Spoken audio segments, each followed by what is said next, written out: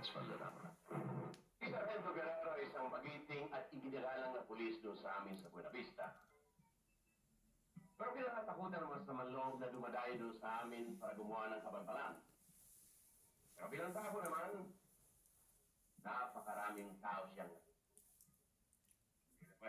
Mas marami na tulungan si Judge sa amin at alam ng lahat yan. Talagang alam na lahat ng tao yan na maraming natutulungan si Judge. At ay isipin, mula nang mag-steal dito si Judge sa Maynila, maraming taong natulungan yan. Judge, kamusta naman ang speech mo sa Rotary ng Linggo? Okay, talagang napakagaling. Ha? Sana'y natong ka.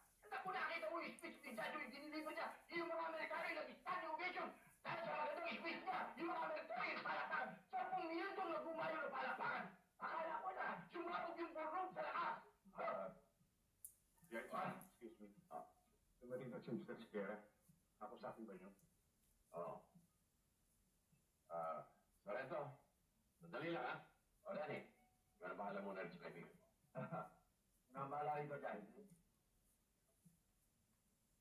Ganito. Pulis probinsya ka pala.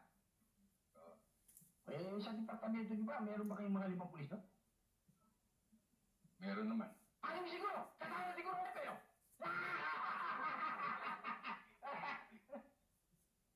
Ano naman ang dilation yun? Wedding o jaywalking? Imposible. Wala kayong kuryente nun.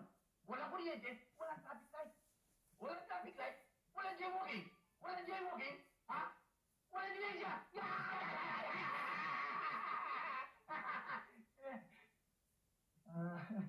Sargento, may tanong nga ako sa'yo. Ha? Ito yung matagal nang gumugulo sa isipan ko eh. Bakit yung mga pulis probinsya? Kung tawagin eh, pulis patola.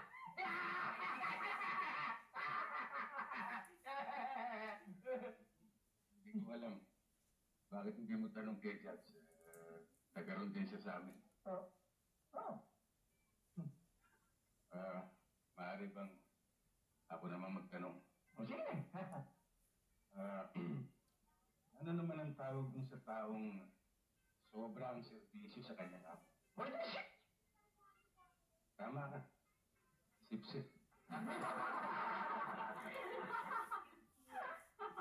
Mga kaibigan, nakahanda na yung pagkain. Baka nabugutom na kayo, ha? Nakahanda na yung buffet table. Ricardo, nakahanda na yung buffet table. Ayaw mo na sila.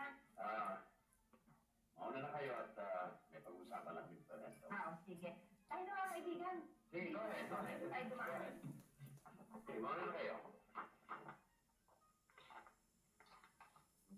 Sargento, may importante tayo pag-usapan. Ilang taon ka na sa servisyo?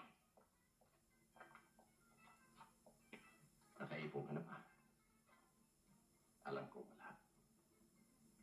Ngayon, dediretso kita. Bakit hindi ka magtrabaho para sa akin?